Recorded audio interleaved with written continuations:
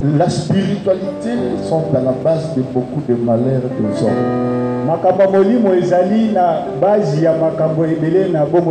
Plusieurs ignorent ce qu'on appelle la spiritualité.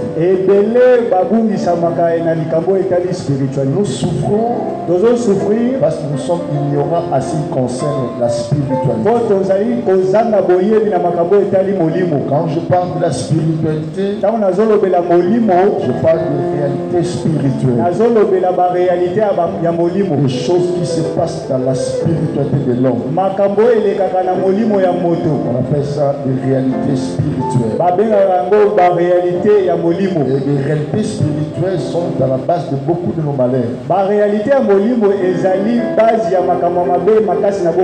Les gens croient aux songes, mais n'arrivent pas à comprendre les songes sont des réalités spirituelles. Ils croient aux songes, mais ils n'arrivent pas à comprendre que les songes ce sont des réalités spirituelles. La bénédiction de Dieu passe par des réalités spirituelles de l'homme. C'est pourquoi quand tu dors, tu rêves, tu es aux États-Unis. Tu te réveilles, tu es à Kinshasa. Et le mécanisme là, le sens que tu as reçu, c'est un voyage astral que tu as fait. C'est une réalité spirituelle. On ne peut pas l'ignorer. Les réalités spirituelles sont à la base de beaucoup de nos malheurs. Je vais permettre quelque chose que Dieu m'avait dit. Il me dit, j'ai créé la porte des cieux. Je t'ai donné le mandat et tu as trouvé grâce à mes yeux. Tu as mon esprit pour prêcher la parole, mais la mission particulière, c'est d'apporter la lumière, c'est-à-dire apporter la délivrance. C'est-à-dire que la raison que Dieu a créé pour des cieux, c'est pour nous préparer pour l'enlèvement. Ça c'est la mission évangélique. Une mission particulière, c'est d'apporter la délivrance. Alléluia. Amen. Lorsque tu mets tes pieds dans ces lits, comprends que Dieu t'a mené ici pour des raisons spirituelles. À part le ciel, Dieu t'a mené ici pour des réalités spirituelles. Lorsque tu chasses cette pensée dans ton esprit, tu chasses cette vision dans ton âme, malgré la grâce là, tu vas souffrir. Parce que tu es inconscient et tu ignores la chose. Donc on peut tout faire. Adorer Dieu, chanter, mais la raison par laquelle Dieu m'a établi ici, c'est pour ta délivrance. Ne chassez pas cette chose dans ton esprit. Beaucoup, les diables a déjà enlevé la chose dans leur esprit. Il rentre, d'autres servent Dieu, croient au Dieu des portes des cieux. Le diable a déjà volé la pensée de la délivrance. Si tu suis prédication, mes enseignements, je parle de l'amour, je prêche tout, une petite particularité, je parle de la notion de la délivrance. Dis à votre voisin, comprends la vision, maîtrisez la vision. maîtriser comprendre pourquoi Dieu t'a mis dans ce lieu. c'est pour ta délivrance. Chacun de nous a des problèmes spirituels. Même moi aussi, j'ai des problèmes spirituels. J'ai besoin de l'intervention de Dieu.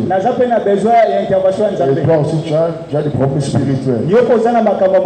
Si tu cherches dans ton esprit la pensée de chercher la délivrance, tu diras, mon Dieu est incapable. Mais je sers le Dieu Tout-Puissant. Mais comprends que tu es venu dans ce lieu pour la délivrance. N'oublie pas cette vision. La porte des cieux a son mandat. La porte des cieux est différente des autres églises. Si là-bas les gens viennent adorer Dieu, ils rentrent. C'est leur mission. Mais ici, dans cette église, nous savons, nous venons adorer Dieu, servir Jésus, mais aussi c'est pour chercher la délivrance. Amen. Je pose la question à Dieu. Pourquoi on organise des séances de prière?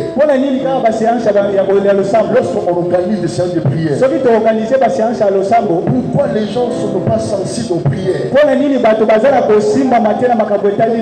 les gens restent à la maison? Le Seigneur me dit, je ne connais pas la raison pour laquelle je les ai envoyés dans ton église. C'est pour la délivrance. L'instrument par lequel Dieu se sert pour apporter la délivrance dans ta vie, c'est la prière. Dieu se sert de la prière. On vient de passer 4 jours de prière comme offrande du mois de juin. Mais le taux était pourquoi? Les gens ne peuvent pas comprendre. À travers la prière, Dieu éclate sa gloire. À travers la prière, Dieu donne sa grâce. À travers la prière, Dieu donne sa compassion. Et la réalité spirituelle sont à la base de beaucoup de malheurs. Et parmi les réalités spirituelles, je parlais toute la semaine. Le matin, l'esprit de Dieu m'a dit de répondre encore. Ce sont des messages tellement sensibles. Et les médias ne veulent pas que les gens puissent écouter ce genre de messages. Et parmi les réalités spirituelles, nous parlons aussi de la condamnation familiale. Prends ton stylo. Je serai littérative. Il faut crier. Comment? C'est parmi la condamnation familiale. Je vous enseigne à tout moment. Quand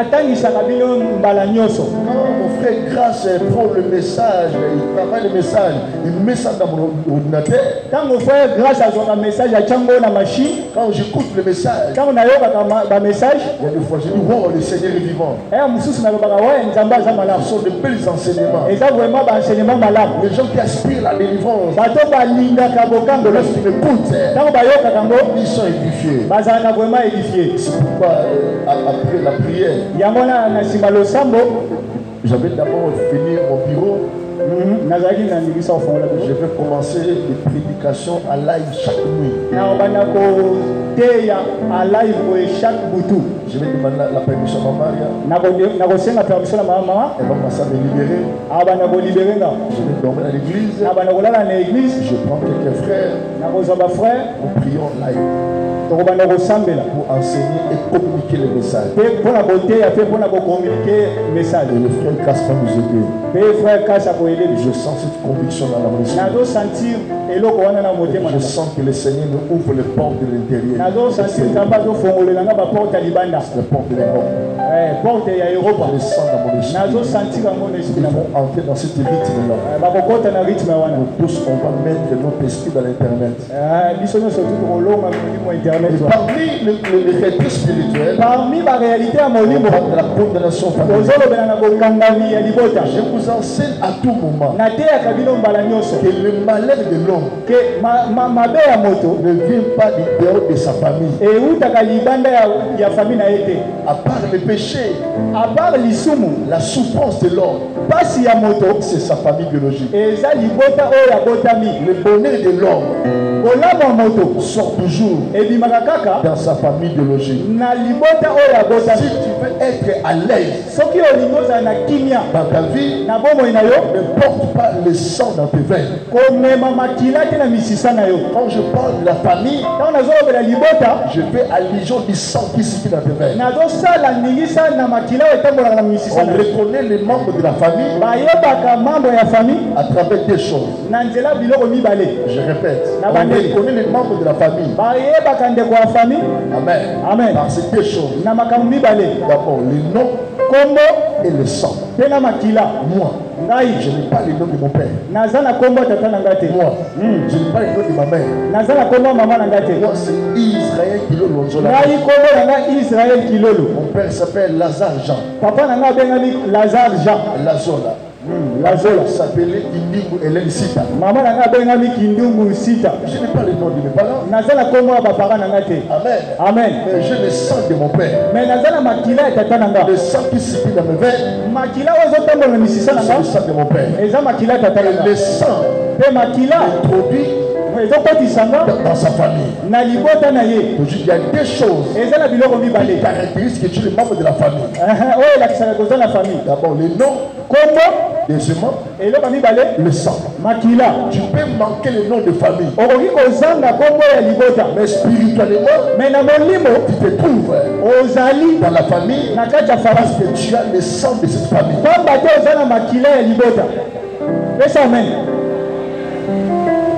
Mais ce qui fait la force maintenant, c'est qui nous ouvre la porte de la spiritualité. C'est pas d'abord le nom, mais plutôt le sang. C'est ce que je dis, la condamnation familiale. C'est un phénomène très majeur dans la communauté africaine. L'affaire de la condamnation familiale, ce sont des problèmes majeurs de la communauté africaine. Nous, les Africains, nous avons l'origine de la sorcellerie. Surtout, les Africains. Remarquez les Africains. La haine. La jalousie. Amen. Et ça entre dans l'église de Dieu. Il faut des Africains. L'esprit de manque de pardon. Les Africains. Les divisions. Vous sortez dans la même famille.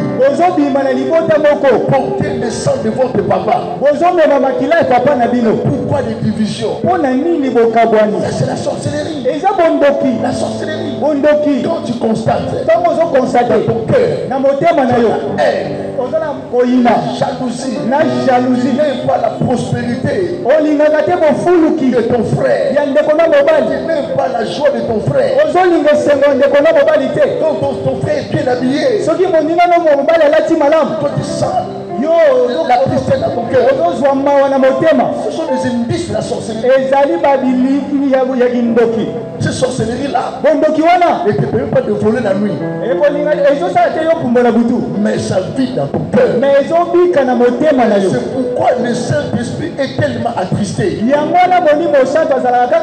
C'est pourquoi tu ne sens pas l'amour de Dieu dans ta vie. Dans ton cœur, la sorcière de régner. Quand là-bas les gens pleurent, le dos acclame. On voit comment beaucoup de gens deviennent en train de critiquer le pasteur Marcelo. Amen. Amen. Mais pasteur, ils s'envoient de Dieu. Dans le YouTube, les gens parlent. Les gens ne peuvent pas comprendre qu'elle a perdu sa part. Et sa femme a aussi sa famille biologique. Pour de porter la consolation. Les gens acclament. Amen. Amen. Alléluia. Amen. C'est pourquoi tu vois l'église du Congo ne prospère pas. Chasser la sorcellerie. Chasser la haine. Chasser la jalousie. On ne joue pas avec la famille. Je vous dis dans cette église, quiconque porte le nom de Tshisekedi, il est dans la famille présidentielle. Mais il y a un homme qui Dieu a élevé. C'est Antoine. C'est Félix. Notre président. Parce que sa famille porte le nom de Tshisekedi. Ils sont dans la famille présidentielle. La famille nécessite l'amour. Vous ne savez pas que la personne que Dieu va localiser, il va choisir qui pour votre bonheur. Qu'est-ce que Dieu va choisir? La personne que Dieu va choisir, vous ne le connaissez pas.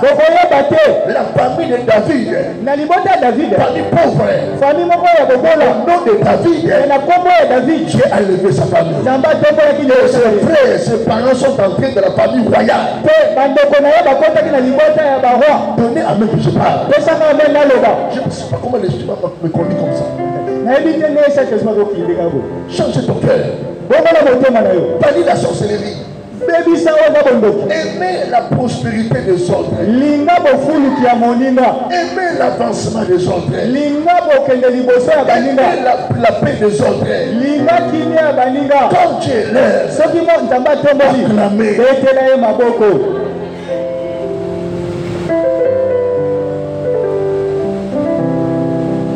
Et la condamnation familiale touche les païens et touche aussi les chrétiens. Tu ne seras pas épargné.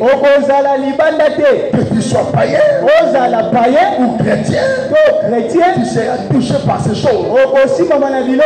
Pourquoi? Parce qu'ils sont dans une famille où il y a des condamnations qui sont là. Et que Dieu nous aide. Et Dieu nous délivre. Plusieurs, ils ont abandonné leur foi en Jésus-Christ. Ils sont restés incrédules parce qu'ils ignorent. Ils ne connaissaient pas. Quand ils ont reçu Jésus dans leur vie, ils couraient, ils servaient Jésus avec amour. Pendant qu'ils avancent avec Dieu, ils ne sentent pas l'épanouissement. Ils ne voient pas la prospérité matérielle. Ils n'ont jamais senti la paix dans leur vie. Ils voient la paix de loin. Ils voient la prospérité de loin. Le barrage de loin. Pourquoi? Ils ont ignoré dans leur vie. La condamnation familiale existait. Parce qu'il manquait la connaissance. Je vis des gens. Quand on commençait à servir Jésus, aller évangéliser. Quand on donne le verset, la personne ose à me dire, mon jeune frère, moi j'ai servi Jésus. Quand tu donnes le verset, il me donne notre verset. Une contradiction. Amen. Ça que la personne a la connaissance de la parole. Mais pourquoi il reste crédible? Parce qu'il n'a jamais expérimenté la main de lui dans sa vie. Amen. Il reste crédible. Mais il manquait la connaissance de sa famille. C'est une famille condamnée. Alléluia. Amen. Alléluia. Amen. Balance ta main. Les deux ont passé. Dormir pendant la prédication, ce n'est pas l'esprit de fatigue. C'est l'esprit de la sorcellerie. La foi vient de ce qu'on a. Comment tu seras sauvé? Quand tu n'arrives pas à écouter. Plusieurs, ils étaient ignorants en ce qui concerne le phénomène de condamnation familiale. Aujourd'hui, ils ont des conséquences très très graves. Vous savez, le Dieu que nous adorons, il n'est pas l'ignorance. Quand tu es ignorant, tu n'as pas la connaissance. Tu vas chasser ce que tu n'as pas vu. Tu vas les chasser. Mon peuple est détruit parce qu'il manque la connaissance. À l'église, nous parlons plus de la connaissance de Dieu à travers la Bible. Mais peu de prédicateurs, les enseignants, ils ne parlent pas de connaissance spirituelle. Mais comment vous voulez servir le Dieu qui est esprit? Vous ne voulez pas comprendre les réalités de l'esprit.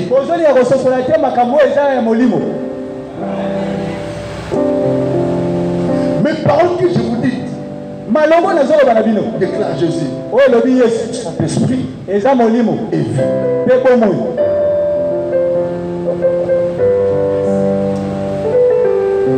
J'avais dit, la condamnation familiale se trouve dans les familles où il y a des géants qui ont conclu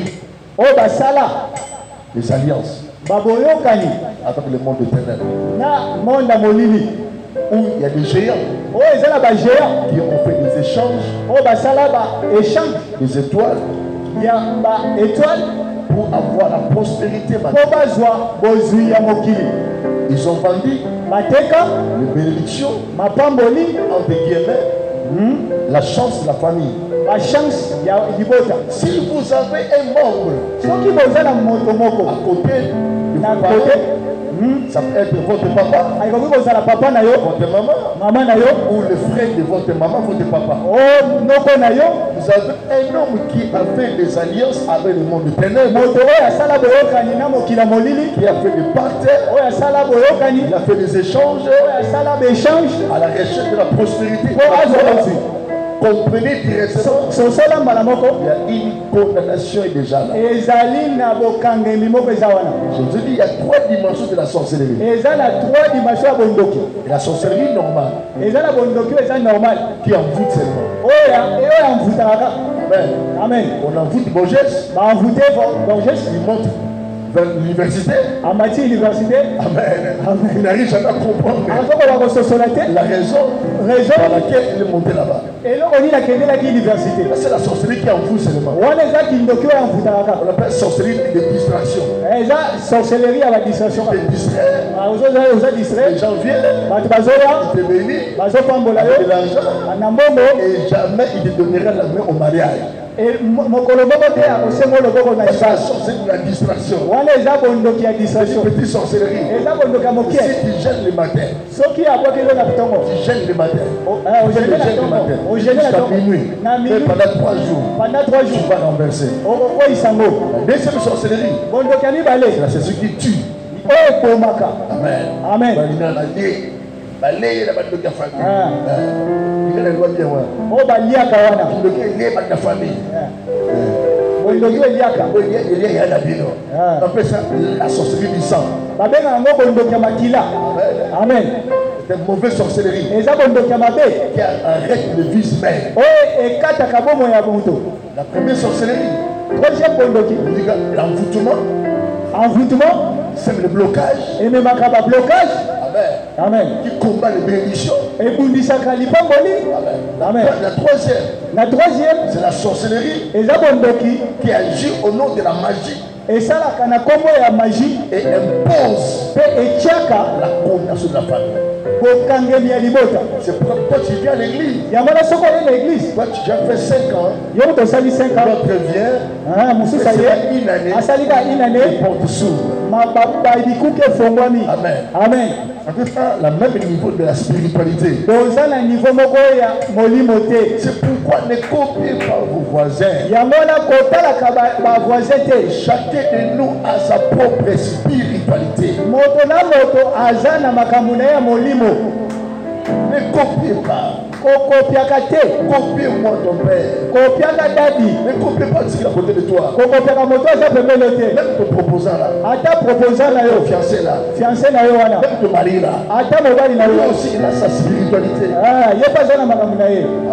Amen. Quand tu te retrouves là où il y a des échanges, là où quelqu'un a vendu vos étoiles, ou quelqu'un à la recherche de la prospérité afin de partir, automatiquement la condamnation va s'afficher de la famille. Amen. La condamnation familiale signifie quoi? L'interdit dans la famille. Non, condamnation familiale. Les interdits dans la famille. Que Dieu te bénisse. Les interdits dans la famille. Que Dieu te bénisse. Amen.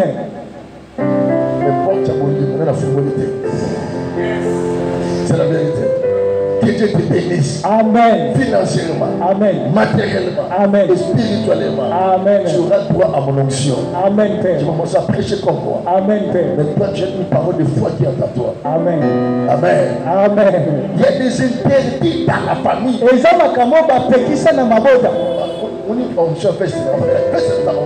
Il y a des interdits dans la famille. Quand on dit condamnation familiale, pour t'aider dans un langage simple, les interdits dans la famille. J'aime l'esprit, il donne le terme. Il y a des interdits dans la famille. Moi, quand je crie au Seigneur Jésus, je suis un homme béni. Pourquoi?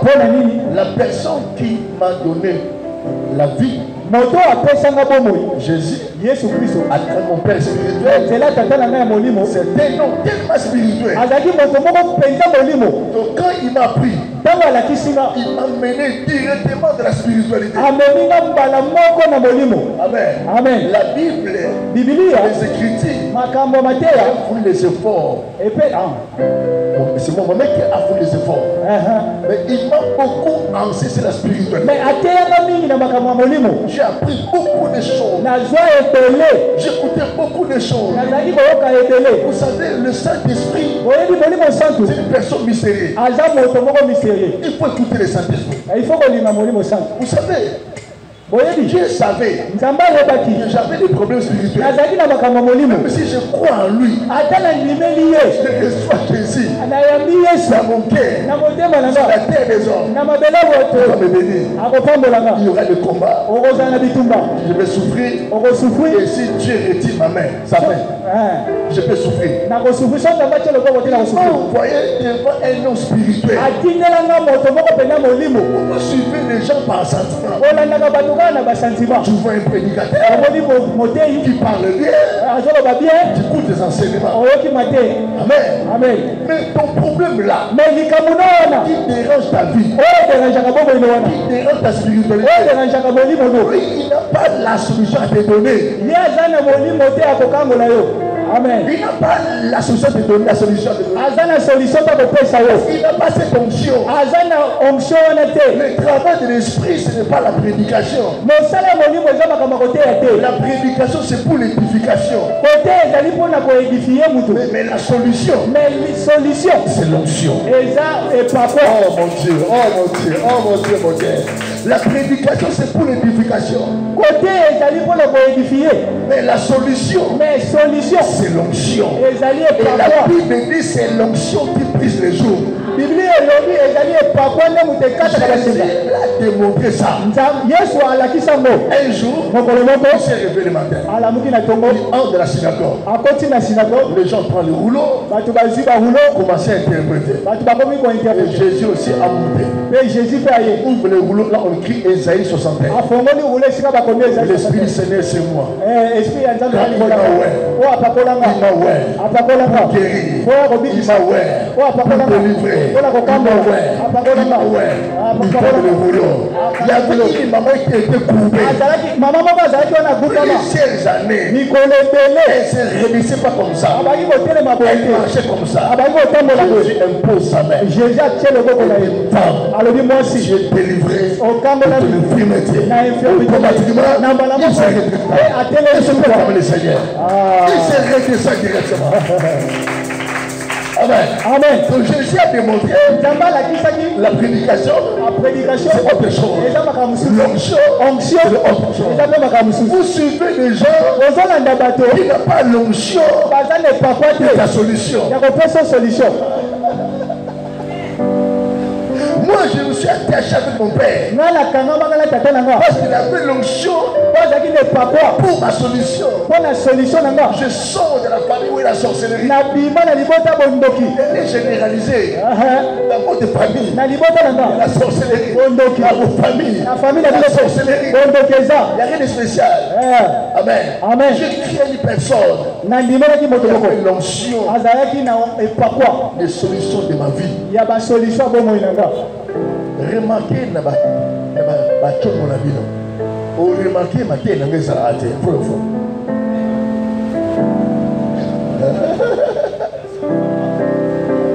La mission na bisa ba.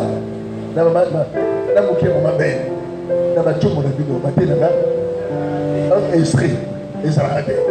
Nous sommes maté ya banani kuna, ya banani kuna, ya banani kuna. Ya ko se pas mo la tête. Sont liés qui ne s'en a jamais. C'est le principe. Vous savez, pour recevoir ma bénédiction, la première chose, tu dois m'aimer. Peu importe les défauts. Mon tour sur les musiques, si on fait on comprend la camarade. Mon tour sur la musique, on a été voilà. Si on look pour tout un aïe, on sur $200. On a sur le king à la moelle d'un bouton. Dans ce moment. Amen. Alléluia. Amen. Amen. Amen. Mais ton corps est dans ses lieux. Ton esprit est ailleurs. Mais mon livre ne s'est pas là. Il y a un monde qui a mouillé alliance de la vie. Bateau soit l'ingénieur a monté par maman a mouillé alliance. Amen. Mais nous sommes allés dans le temps où on va dire. Face au tour on va nous le savoir et qui nous la sacré la là sur ton main, esprit de la vie, sur la Monica, il a senti ton ton Alléluia. Amen. La parenthèse. La condamnation familiale veut dire quoi? Les interdits dans la famille. Et la condamnation familiale se manifeste à travers trois choses. Trois possibilités. Écris ça. Les lois de la famille. La malédiction de la famille. Et le lien de la famille. Lorsqu'on parle de la condamnation familiale, et ça se manifeste par trois choses. Les lois de famille, la malédiction familiale, et le lien familial. Amen. Amen. Et toutes ces lois ici, les lois, la malédiction, les liens, on appelle ça les réalités spirituelles. Et les gens qui ne croient pas ces choses, je dis à chaque fois, les gens se basent dans les Romains chapitre 8.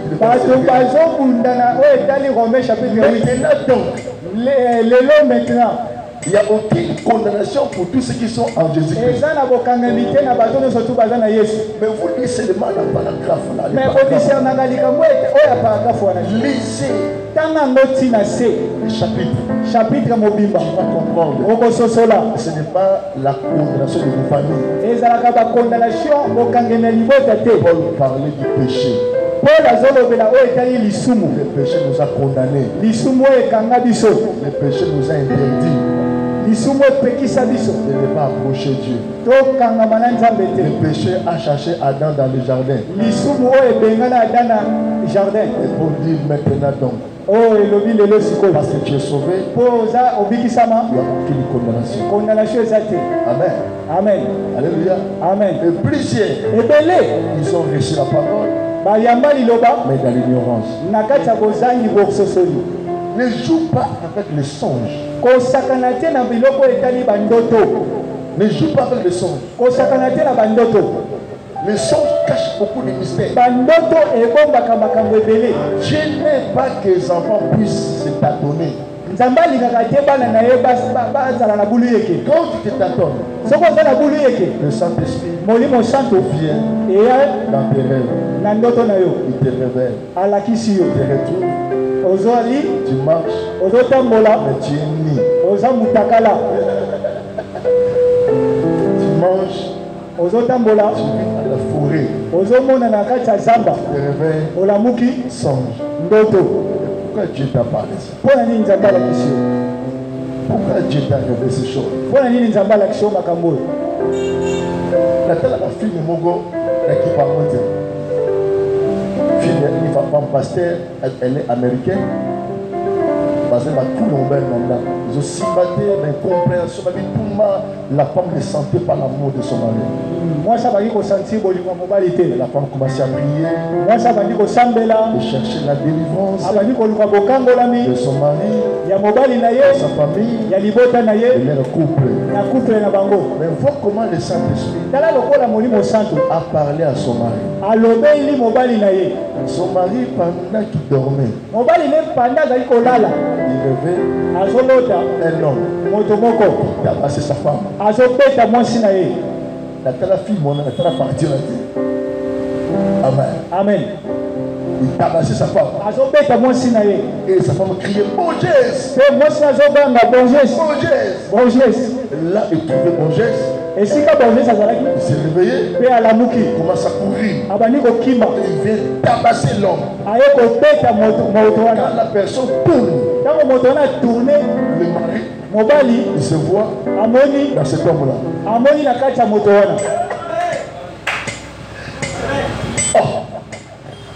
Il était étonné. Il s'est vu à la personne. Mais là, il a compris que complètement les enfants. Le Saint-Esprit est merveilleux. Est-ce qu'on peut acclamer le Saint-Esprit? S'il veut te délivrer, il va utiliser toutes les armes. Et l'opposition face à personne n'existera jamais. Aimez le Saint-Esprit. Cherchez le Saint-Esprit. Il a le monopole du pouvoir de Dieu. Et cet esprit vit dans ton cœur. Tu les chasses au nom de l'ignorant. Crois pas à lui. Alléluia. Amen. Le consolateur, c'est le Saint-Esprit. Le vrai consolateur, c'est le Saint-Esprit. Quand tu pries, le Saint-Esprit a envahi mon cœur. Saint-Esprit, au Congo Kinshasa, ce n'est pas l'Esprit de Dieu. Tu vas te retrouver quelque part. Tout est difficile. Les embouteillages, manger. Mais nous croyons avec Dieu. À travers Fachi Béton, on va manger. Je pèse les mots. Nous croyons avec Dieu. À travers Fachi Béton, nous allons manger. Je n'ai pas besoin de la main, je crois mes paroles. Je répète. Amen. Avec Dieu. À travers Fachi Béton, on va commencer à manger. Je crois moi-même.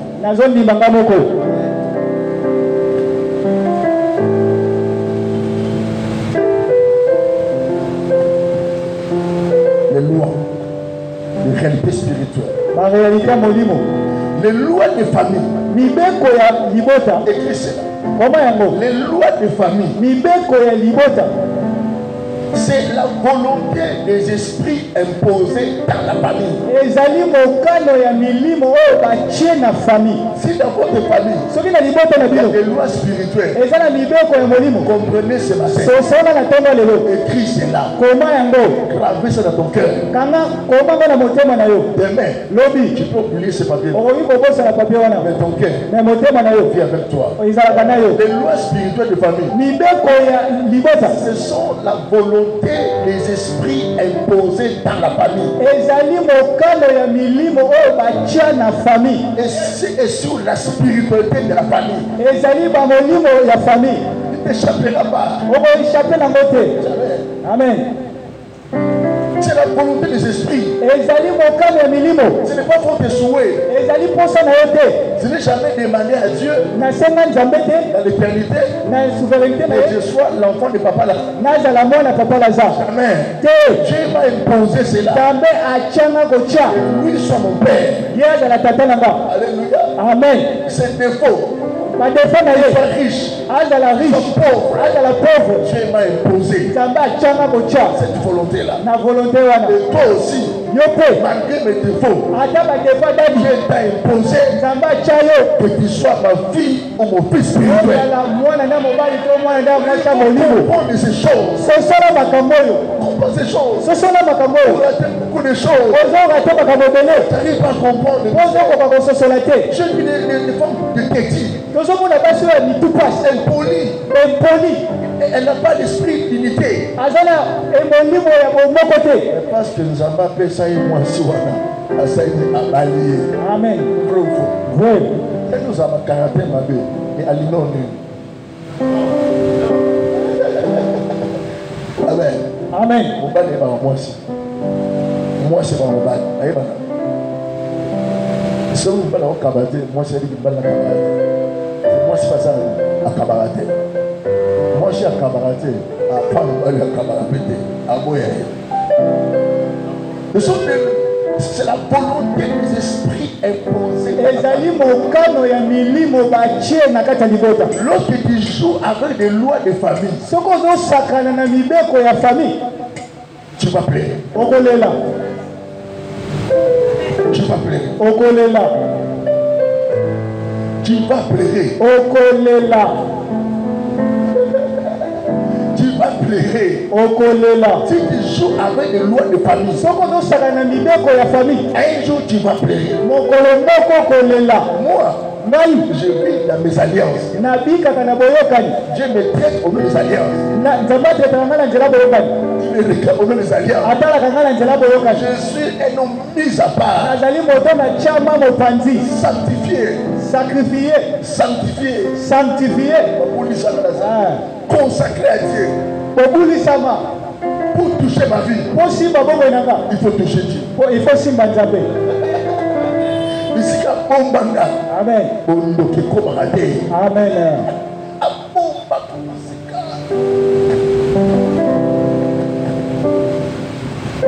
C'est la volonté des esprits.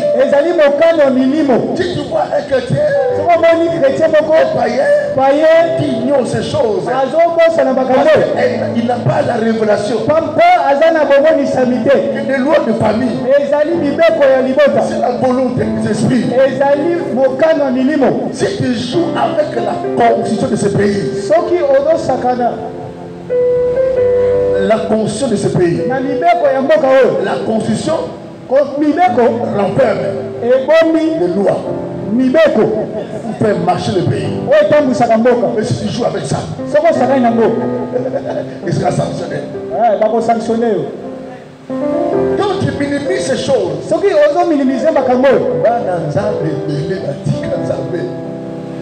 Pasteur et pratique Nzambe omoni na lufu kuna le wuti ambola asombi akina masima nimba akepeka azu église a pesi bojete ba partenaire bazali bojo sokunda ka yemoko loko baza pontifier ya makila pe ya molimo bandeko ne bandeko basali bachepoa. Alléluia. Amen. Et béni ma tika nzamba koza makabo. Kola pambola. Avec Bishop Zambazade. Oteya Bishop Zambe. Amen. Yuka Bishop Tching Tamu avec Tika Bishop. Bishop Amata Ngomba. Bishop Sela Zambe. Alors la Bishop. Est-ce qu'on combe église et combe église. C'est pourquoi. Yamona. Nom de Dieu. Motola Nzambe. Intervient. Ayaka. Il s'impose. Achaka. Lorsqu'il voit. Soka moni. Un enfant spirituel. Mwana moko molimo. S'engage. Il travaille. Adosala. Pour l'avancement. Bona kubokende. L'œuvre de Dieu. Ya mosala ya Nzambe. Il doit donner des implications dans sa vie. Azana obligation na bomo ila ya mwana Nzambe wana. La personne qui a balayé ce matin, moto akomoli na tonga lelo. Elle a droit à ma bénédiction. Azana lingisa lipamboli na nga. Je ne connais pas de personne qui a travaillé le matin. Na yebi moto asalia ate na tonga lelo. Dieu bénit sa vie. Nzamba pambola bomo ina ye. Elle va monter. Akomata. Elle va prospérer. Et prospérer. Le combat de sa vie. C'est le combat de mon Dieu. Toi, tu peux pas l'église. Ok. Pour ça l'église. Amen. Amen. Dieu nous bénit à travers le service. Dieu nous bénit à travers le service. Pour la question de votre voisin. Tu fais quoi cette église?